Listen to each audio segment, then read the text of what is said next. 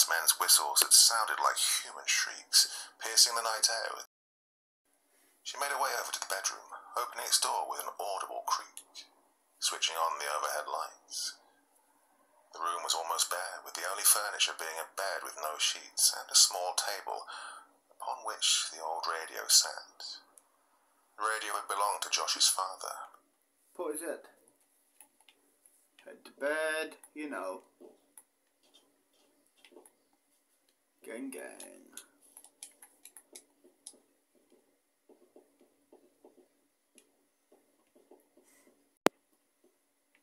Let's go in here.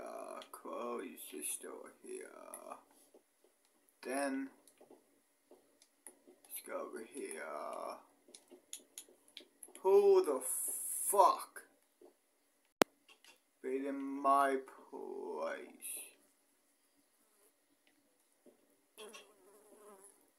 The fuck, there's blood there.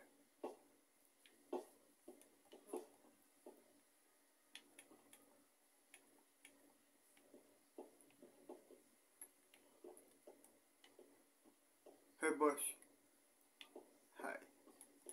Okay, good. It's just it's just stuff. You know what I mean? Guards, pretty much. Good. Good night, babe. Good night, you too.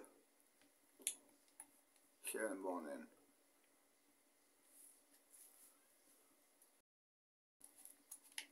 So in the morning. Oh, and that zombie that I fucked? That zombie girl I fucked? Yeah. She also was with me, but in another house, pretty much. That house over there. She with that. You know what I mean? That house over there is where she with her, pretty much. That house over there. See the house? Yeah. You know what I mean? Shit. Let's go to outside, yo.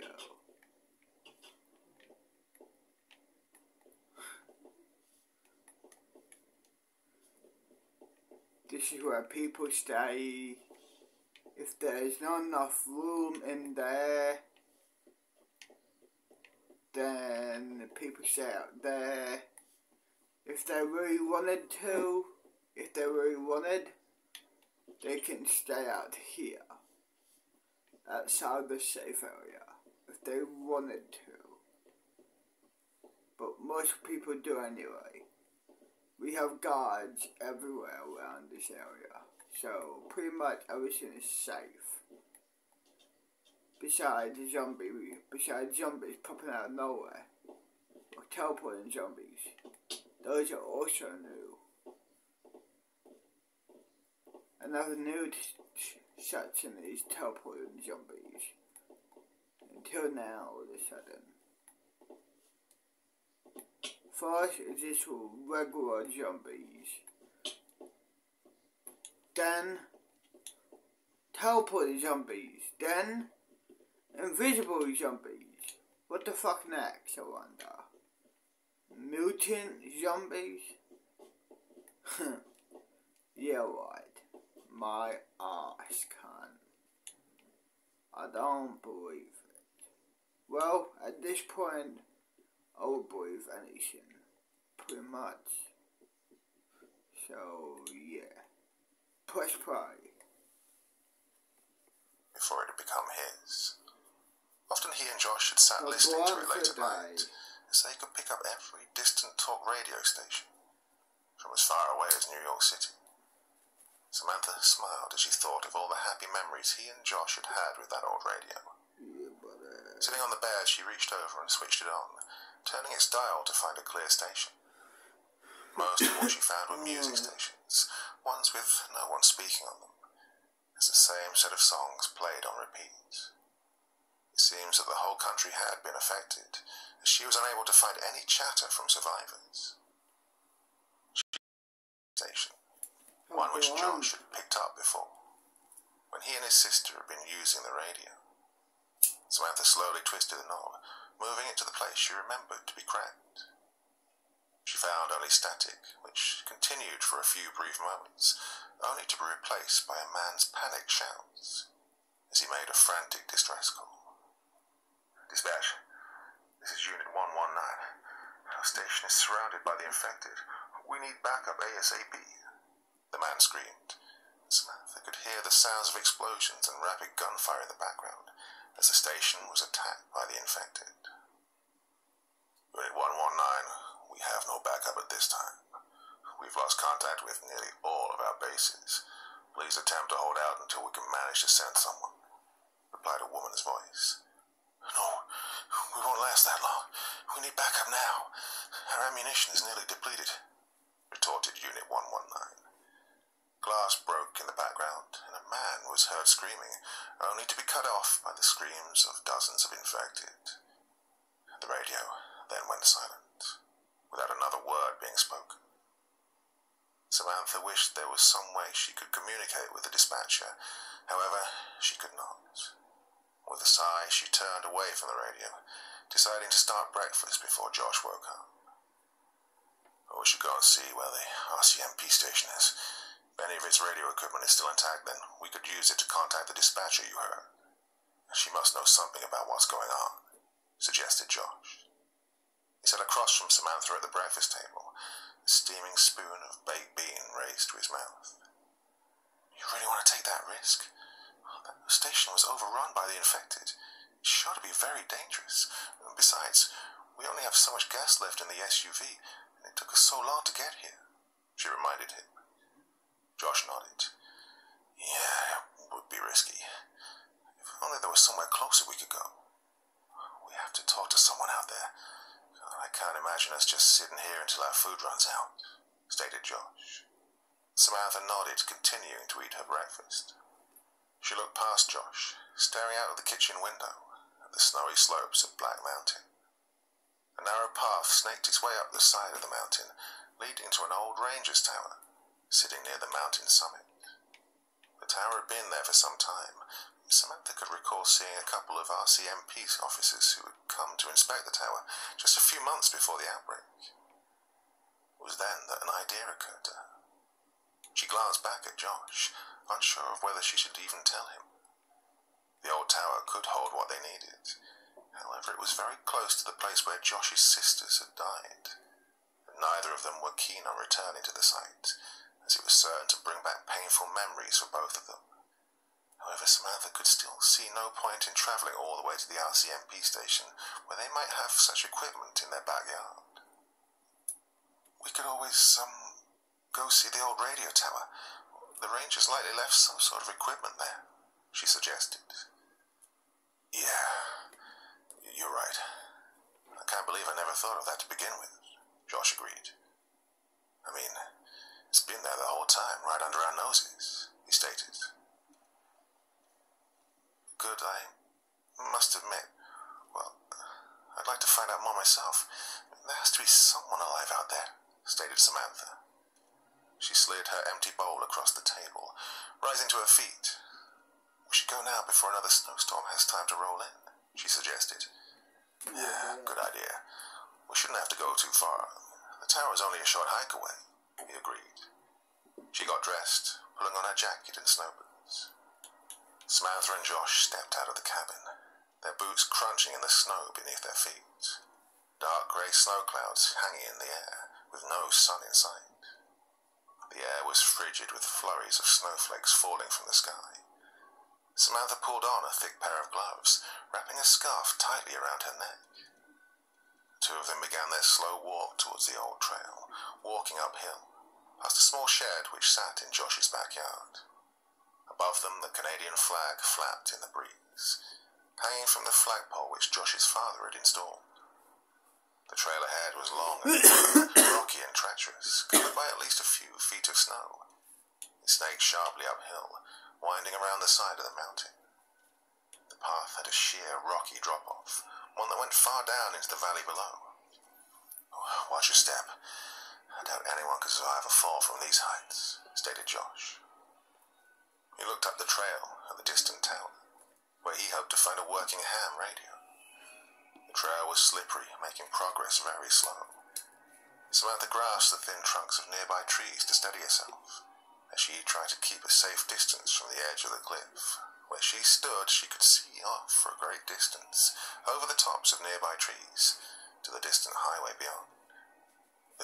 was very rocky on the cliffside, making Samantha more than a little nervous about Josh, who was a few steps ahead of her, moving swiftly, eager to get to the old tower.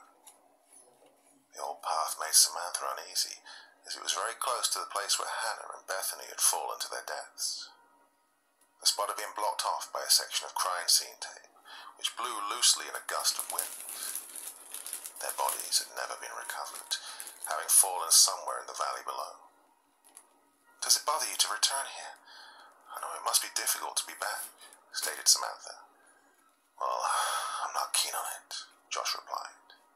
He glanced over the cliff's edge, wondering just what on earth had become of his sisters. He and Samantha had reached the top of the trail. Stepping up onto a section of wood boards placed there by the rangers, Josh looked down at his feet, noticing an object sitting between the boards, one that had fallen between them some time ago. Upon picking the object up, Josh felt his heart sink in his chest.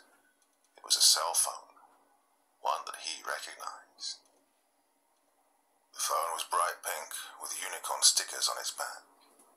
Josh turned it over in his hands, looking at its screen. There was no mistaking it. The phone was his sister's. He hadn't seen it since her death, over a year before.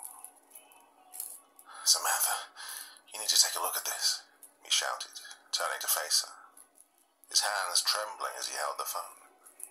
"What is it?" Samantha inquired, rushing to his side.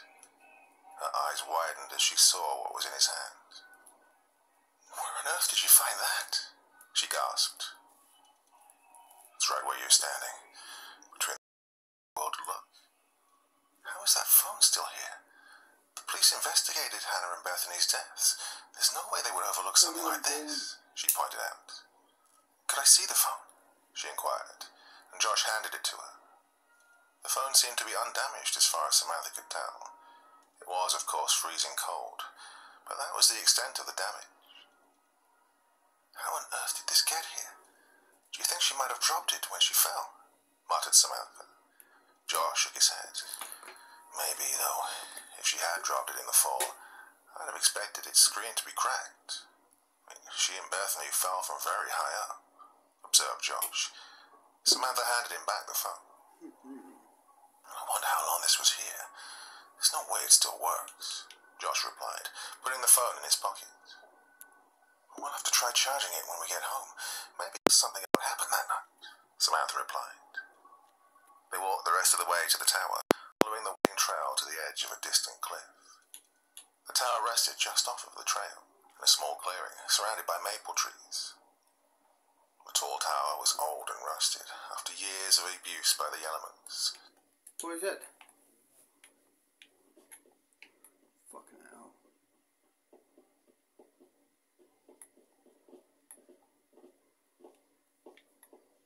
Do this. The fuck? I thought... Seen that too, right? Oh. Right. It's one of those invisible zombie creatures. I reckon anyway.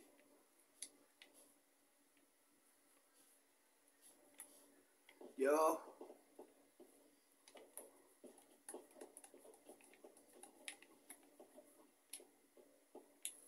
It's not up here, yo.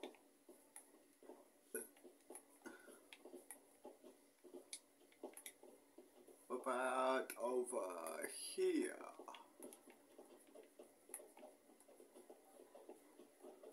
Nothing, but I don't think anyway. Well, shit. Am I supposed to jump? Be careful. There we go, good.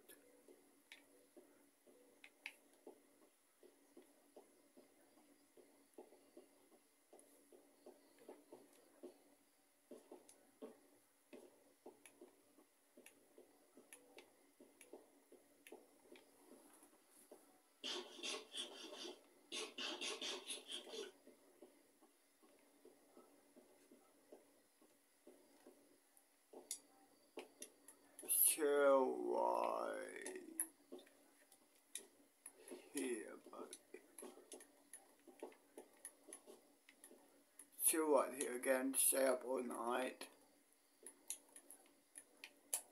Press play. A single old ladder led to its top, one that Samantha was less than trustful of. I love her. You're not really going to climb it, are you? It's practically ancient, she inquired, glancing over at Josh. That shouldn't be a problem. I think it'll hold my weight, Josh replied. He placed a single foot on the lowest rung of the ladder.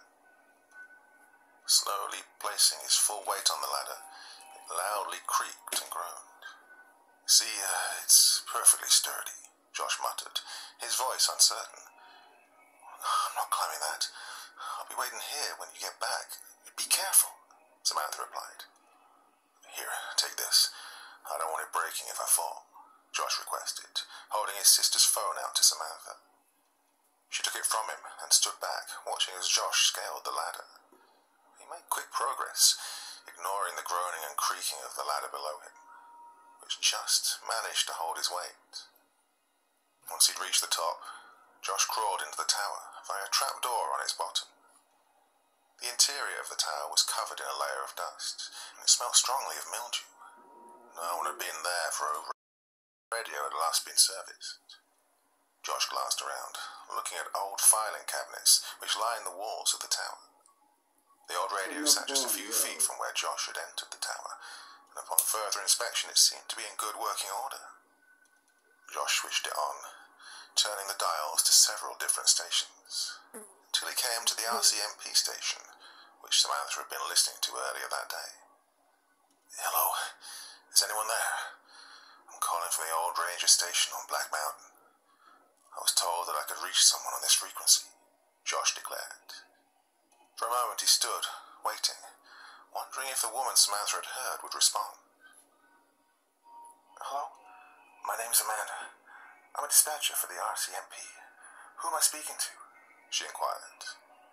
Josh smiled, glad that he was finally able to contact someone. Samantha stood at the bottom of the tower, looking up the rusted ladder which Josh had climbed. The wind howled, chilling her to the bone. Another snowstorm was on its way. She could see its grey clouds in the distance, approaching rapidly. She wished Josh would take what he needed and come back quickly. She wasn't keen on staying out any longer than they had to. The forest was quiet, with the distant sound of wolves being carried on the wind. It was eerie being alone. Her dream the night before had greatly unnerved her. She turned back to the ladder, watching the tree line that surrounded her, almost expecting to find the masked figures waiting for her there, their shrill whistles clutched in their hands. The forest was deserted, its trees swaying gently in the wind. It concealed no hidden dangers. She and Josh were truly alone. Samantha took out the cell phone Josh had handed her, looking at it yet again. It was in very good condition, a fact that surprised Samantha. She would have expected it to be frozen solid or soaking wet after over a year on the cold ground of the slopes. On a whim, she pressed its power button, not expecting anything to happen. Her jaw dropped when the phone flickered to life for a split second, flashing an image of one of the animal masks from her dream. The image was only on the screen for a second, before the phone's battery died completely. The shock of seeing the image nearly made her drop the phone, as her heart began to race. It made no sense. How on earth had the phone held a charge for that long? Surely it should have stopped working long ago. Samantha had no explanation for this. She had to know why such an image was on Hannah's phone. It made no sense how a mask she'd seen in her dreams could be connected to Hannah. She tried to get the screen to turn back on, but it had died entirely. The phone would be of no use without a charge. The sound above her startled Samantha, making her reach for her sword. To her relief, she found that it was only Josh, coming back to her with the radio equipment. Oh, I'm glad you're back, she sighed, deciding that she would not mention what she'd seen to Josh. If she told him that she'd seen a mask from her dreams on his dead sister's phone, then he might think her mad. Josh descended the ladder, dropping to the ground beside Samantha. What did you manage to find up there? Samantha inquired. Josh turned to her, brushing snow off of his jacket. Oh, there was a working two-way radio, which I used to make contact with the dispatcher you spoke with earlier. Her name's Amanda. and she told me that most of the RCMP stations have been overrun by the infected. We informed her. Oh, I'm glad she's still alive. I must admit I feared the worst after the transmission I heard from the RCMP station. Did Amanda tell you what happened to the rest of the stations? The ones that hadn't been overrun? Asked Samantha. Oh, she's lost contact with mostly all of them, except for a handful in small towns, which were isolated from the outbreaks in the cities. Amanda warned me not to travel to any large city unless I'm prepared for a fight, Josh informed her. Samantha sighed. This had not been what she wanted to hear. She knew the infection had been bad, but had no idea how fast it would spread. She stood silently for a moment, thinking over what Josh had just said. Oh, let's hope we don't have to go into any cities. If we do, we're going to need more people, she replied, and Josh nodded. Oh, we should go home. Another storm's on the way, and I prefer to get a fire going in the bedroom before it arrives, said Josh. Samantha was about to reply when a sudden shout made her look towards the forest. The noise made Josh raise his shotgun, fearing that one of the infected was about to rush them. Samantha drew her sword, looking up to find that a young woman had charged out of the tree line. She appeared to be in bad shape, wearing ragged clothes and bleeding from a wound on her arm. Help, please, she shouted. Wait, stop right there, Josh screamed, pointing his shotgun at her. She froze, throwing up her arms. Don't shoot. I'm not one of them, she shouted. Well, have you been Samantha looked the woman over, eyes widening as she recognized her. Jess, she gasped, shocked to see her former friend again. Neither she nor Josh had seen Jess in a year, not since her boyfriend Michael had pulled that prank that had gotten Josh's sisters killed. Jess was in a bad condition after running through rough terrain for almost a mile, fleeing from something. How on earth did you get here? Josh growled. He wasn't eager to see Jess again, not after what her boyfriend had done. I escaped from the abandoned sanatorium just up the mountain. There's this group of people staying there. Bad people, she explained. Samantha drew closer to Jess, looking her up and down. You're hurt, she stated. Jess nodded. Michael tried to shoot me. I think he's with whoever's staying in the sanatorium. Oh, I don't know what's wrong with him. He's been acting strange for a long time, she stammered, trembling like a leaf. The wound didn't appear to be too bad. It was a simple graze wound, one that Samantha would be able to deal with easily. She turned to look at Josh. We need to take her back to the lodge. I can see to her wounds. They're not too bad, she stated. Josh frowned. You really want to help her? He asked, glaring over at Jess. Yes, we can't just leave her like this. Besides, she might be able to tell us more about what happened on the night we lost your sisters, reasoned Samantha. Josh groaned, lowering his shotgun. Fine, he muttered. Hours later, back at the lodge, Samantha sat on the couch next to Jess. Her wounds had proven not to be as bad as she thought, being mostly cuts and bruises, with a single graze from a bullet on her arm. Samantha had disinfected and cleaned it, wrapping a bandage around Jess's arm. There, that should stop any infections from setting in, Samantha said, and Jess nodded. Thank you, she replied. Samantha nodded in response, glancing over at Josh, who sat across from them. Did you charge Hannah's cell phone? Inquired Samantha. Yeah, I put it on charge as soon as we got home a few hours ago. Should be done by now, replied Josh. He stood up and walked across the room, retrieving Hannah's phone from where he'd left it. The phone was fully charged when Josh checked it. He then picked it up from the table, scrolling through all of the photos and videos his sister had taken before she passed. His eyes narrowing as he came across several bizarre pictures, ones which he'd never seen before, that didn't look like something his sister would have photographed. Samantha, take a look at these. I've no idea where she took them, but they're really strange, announced Josh. He handed the phone to Samantha, who gasped upon seeing an image of the same sort of mask she'd seen in her dreams.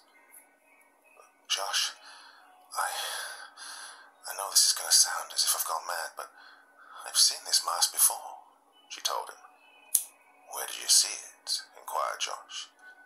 In a dream, one I had last night. Well, at first, I thought nothing of it. Then I saw the same mask on Hannah's phone. It can't be a coincidence, Samantha replied. Josh sat down across them. What does this all mean? He inquired, glancing from Samantha to Jess. Jess, I need you to tell me what happened the night my sisters died. Start from the beginning and don't even think of lying to me. I'm sorry about what happened to Hannah and Bethany. I didn't want to be a part of all that. Michael forced me. He would have killed me if I refused, informed Jess. What on earth are you talking about? Josh demanded. Sitting across from Jess, Jess sighed. Please let me explain. None of this is my fault, she pleaded. It all started a few weeks before the incident. And then she began.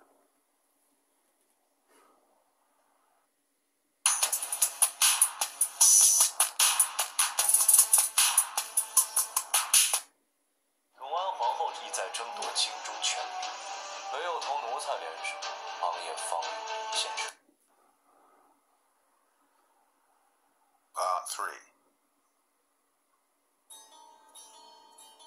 Jess sat on the couch, listening to blaring rock music, which pulsed loudly from speakers on the table beside her, making the floor of the lodge vibrate.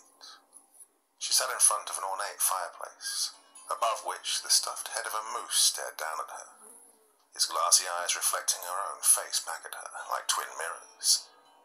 The fire roared in the hearth, washing the room with its warmth, keeping the cold mountain air at bay. She watched with a bored and annoyed expression as Josh and Samantha made out on the couch across from her, moaning and exploring each other with their hands. The two had been like this for weeks, ever since Hannah had introduced them a few months before. They'd been inseparable, and Jess found it completely annoying.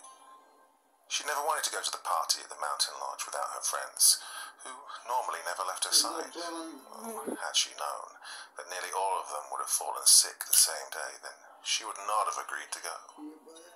Jess stood up from the couch, stretching and glancing across the room, trying to shake off the feeling of annoyance which had rose up inside her.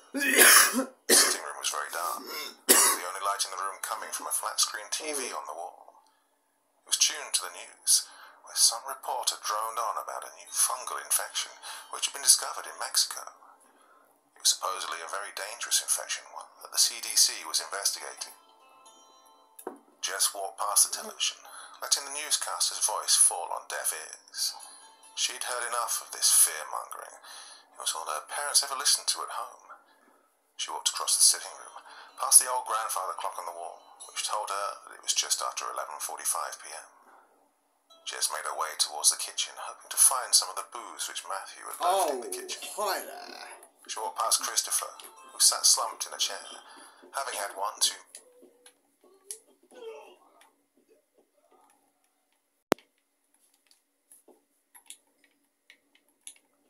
Press play again. Many beers. He snored loudly, an empty bottle lying on the floor next to his foot. Jess scoffed. It seems like some people are unable to hold their liquor, she thought, sneering at Christopher as she went by. She made her way to the kitchen, stepping inside and glancing around to see where Matthew had left the beers. Jess was dismayed to be greeted by the sight of Michael, who sat at the kitchen table, as if waiting for her. She felt a rush of anger and fear at seeing Michael again. He was the last person which she'd wanted to encounter. Michael was her ex-boyfriend, and they'd not parted on good terms. Her father had always called the police on Michael after a particularly scary interaction in which he'd broken into their family home. Michael had been very angry with Jess ever since she'd left him, due to his, terrible attitude and massive ego. Michael was a brooding and angry young man, quick to become angry over even the slightest offence, and he was strong as an ox, working in manual labour for his uncle, a Jesuit priest, who needed his aid around the monastery lifting heavy boxes and other tasks, which the old man had trouble doing himself. Michael sat at the table, smoking a cigarette, which hung from one corner of his mouth. its burning tip illuminating the side of his face, which was fixed in a permanent frown. "Hello, Jess. It's been a long time," he muttered, looking at her with his cold, deadpan eyes. She could feel the hate which radiated up from those eyes. Michael was evidently still very angry over her breakup with him. Jess turned to leave, deciding that the beer was not worth encountering Michael for. The last thing she wanted to do was argue with him. She was dismayed to find her path blocked by Emily, Michael's new girlfriend. Emily had once been friends with Jess, up until the point that she'd broken up with Michael. After that, the two had drifted apart, as Emily became moody and withdrawn. She was dressed from head to toe in black, with a pentagram hanging around her neck. Emily glared at Jess with a look of distrust, her eyes narrowing into slits. "We need to talk to you now," she demanded. "I have nothing to say to either of you," spat Jess, and she moved to push Emily aside, only to be grabbed from behind by Michael, who flung her roughly into a chair. "Stop all this nonsense. Emily and I have something to tell you. Something which you're going to listen to," he dictated. "What do you want? I told you I wanted nothing to do with you," growled Jess. She moved to stand up, only to have Michael shove her back down, even more roughly than he had the first time. "Sit down and listen. We need you, Jess. You're going to help us tonight," replied Michael. Emily moved to stand beside Josh, waiting off to the side as he spoke. "Tonight we're going to pull a bit of a prank. One that you're going to help us with," Michael instructed. "What prank are you talking about?" inquired Jess. "Oh, we won't share details. It's best if you don't know. All you have to do is deliver a note to Hannah, and we'll take care of the rest," Michael informed her. Jess shook her head. "You can't force me to do this. I don't want to talk to you," she stated. Michael was growing annoyed at her refusal. He and Emily had serious plans, and Jess was proving to be a problem for them. He grew tired of her resistance. If she kept it up, he was apt to lose his temper, which meant he might end up hurting her. "I'm only going to ask nicely once," he growled, getting in Jess's face. She pulled away from him, glaring back at him. "Why on earth are you so desperate to pull this prank? Don't the two of you have anything better to do?" she inquired. Michael shook his head, taking the note for Hannah from his pocket. "Slide this under her door," Michael commanded. Jess took the note from him, shoving it angrily into her pocket. "Fine. Now, leave me be," she replied, standing up from the table. Jess was shaken by the sight of Michael. He still intimidated her.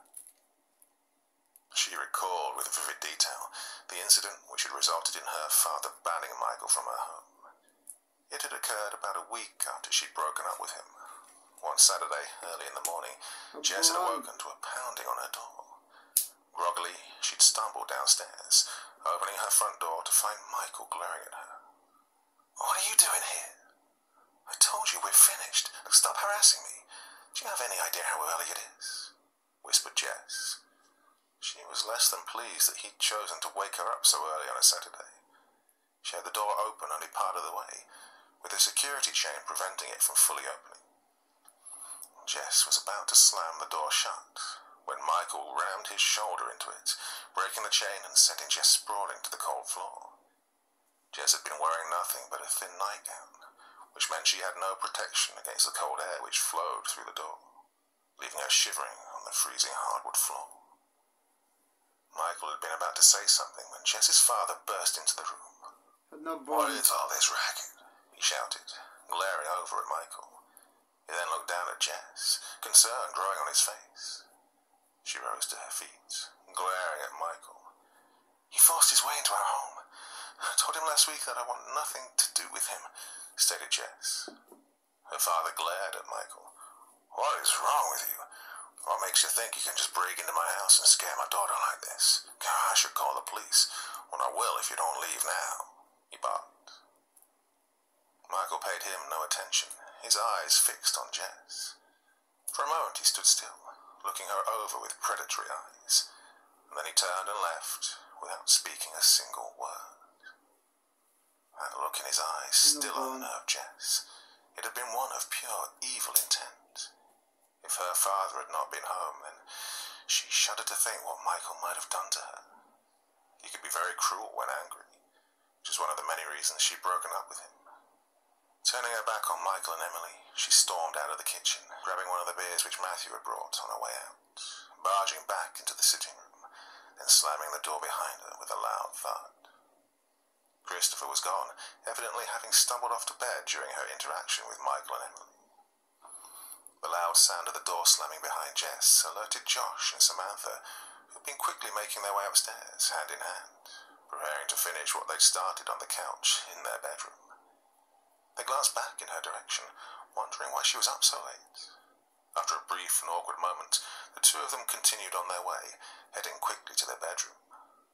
And this left Jess alone in the sitting room, with a note in her pocket. Hannah's room was down the hall from the sitting room, across from where Bethany was staying. The twins had likely already gone to bed, as was their usual habit. It was already very late, well past dark, and an eerie silence had settled over the sitting room. All Jess could hear was the quiet ticking of the old grandfather clock on the wall, its constant noise serving to make her even more uneasy. She wished that she'd gone to bed without getting her beer, then perhaps she would never have had that encounter with Michael.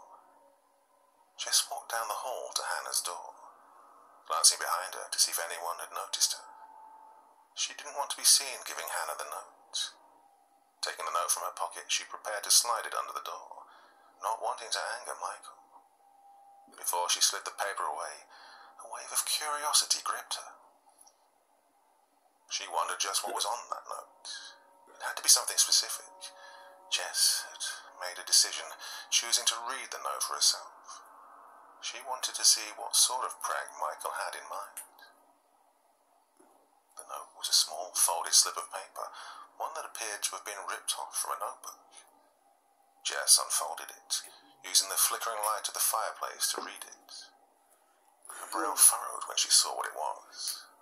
The note contained only a single symbol, drawn in a dark black ink. The symbol was a representation of the sun, with the letters IHS written below it. Well, this puzzled her to no end. What is this? Is this some sort of inside joke? Why did Michael go to such great lengths to get this to Hannah? She thought. Jess hadn't been expecting the note to be so cryptic. She had no idea what it meant. Shrugging her shoulders, she shoved it underneath Hannah's door, assuming that it was some sort of inside joke between her and Michael, one which only he and Hannah understood. Jess opened her beer, taking a long drink from it as she made her way upstairs, hoping that the alcohol would help her relax. She was tired after a long day, ready to get into a nice warm bed for the night. She didn't understand what was going on between Michael and Hannah. She was distrustful of Michael. Jess had decided that it was ultimately none of her business. The last thing she wanted was to get involved with Michael again. As she climbed the stairs, Jess glanced behind her, looking back at the sitting room. Much to her astonishment, she could see both Michael and Emily standing motionless in the sitting room. Pause.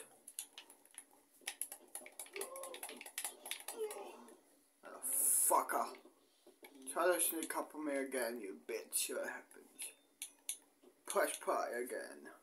Staring up at Jess from behind animal masks. How blunt. Neither of them spoke. Standing side by side, their arms linked, next to the chair in which Christopher had passed out. For a moment, Jess stood staring at them, her mouth growing dry as she swallowed, her heart pounding in her chest as she became more and more unnerved by the pair of them. She could see their eyes behind the masks, eyes which were devoid of emotion, soulless and cold. "What are you two doing?" inquired Jess, her voice quivering with fear. Michael raised a single finger, pointing it at Jess. "Go to bed," he commanded, in a harsh and angry whisper. Glaring at her with his cold eyes, Jess was shaking as she turned away, nearly tripping on her way upstairs.